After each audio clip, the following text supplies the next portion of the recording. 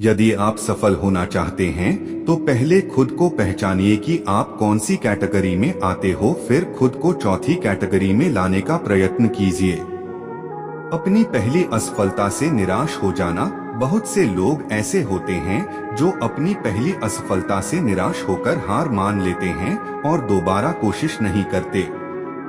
उन्हें हमेशा यह डर लगा रहता है कि वे दोबारा फेल हो जाएंगे उस काम में। अपने कामों को कल पर टालना।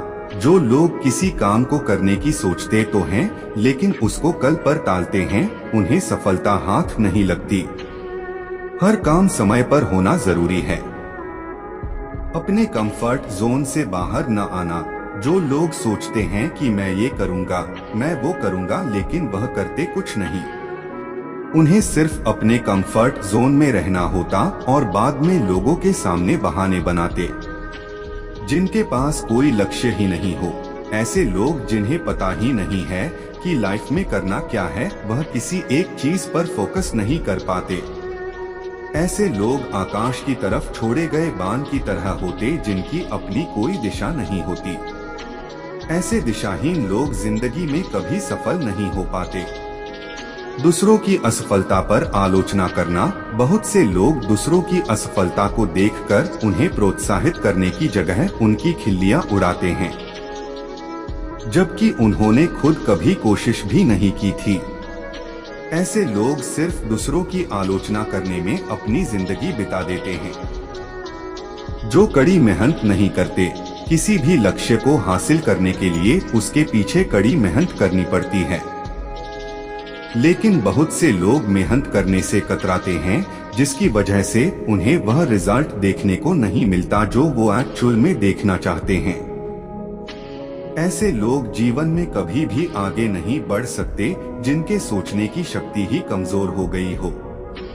मैं ऐसे भी लोगों को जानता हूँ जो न ही कुछ बड़ा सोचते हैं, और यदि आप उनसे अपने अच्छे विचार साझा करते हैं, अपने बड़े सपनों के बारे में बात करते हैं, तो उनका रवैया हमेशा आपको गलत साबित करना ही रहता है। यह उस व्यक्ति को हमेशा कमजोर बनाती जाएगी जो सिर्फ नकारात्मकता की भावना लिए जीते हैं। याद रखिए, असफलता और सफलता का प्रतिशत अधिकतर आपके सोच पर निर्भर करता है। यदि आप अपने अतीत को लेकर हमेशा गलत सोच के बैठे रहेंगे कि आपका कुछ नहीं हो सकता, तो यकीनन आप उस बात के साथ बुरा समझौता कर रहे होंगे, क्योंकि नकारात्मक संदेश जो आप स्वयं के लिए दे रहे हैं आपको हमेशा कमजोर बनाएगा।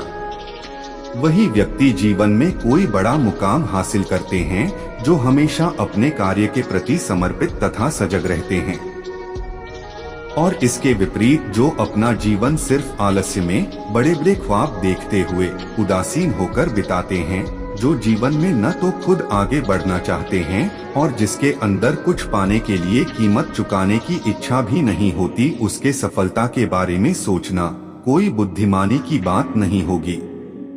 शिक्षा वह माध्यम है जो आपको ऊंचाइयों तक ले जाने में आपकी सहायता करती है। शिक्षित व्यक्ति बनने के लिए सिर्फ कॉलेज की डिग्री ही काफी नहीं होती है। शिक्षित आदमी वह होता है जिसने वह चीज पाना सीख लिया है जो जीवन में पाना चाहता है, और इस पूरी प्रक्रिया में वह दूसरों के अधिकारों का हनन नहीं करता। अनुभव से ये बात साबित हो चुकी है कि सर्वश्रेष्ठ शिक्षित लोग अक्सर वे होते हैं जो स्वनिर्मित या स्वशिक्षित होते हैं।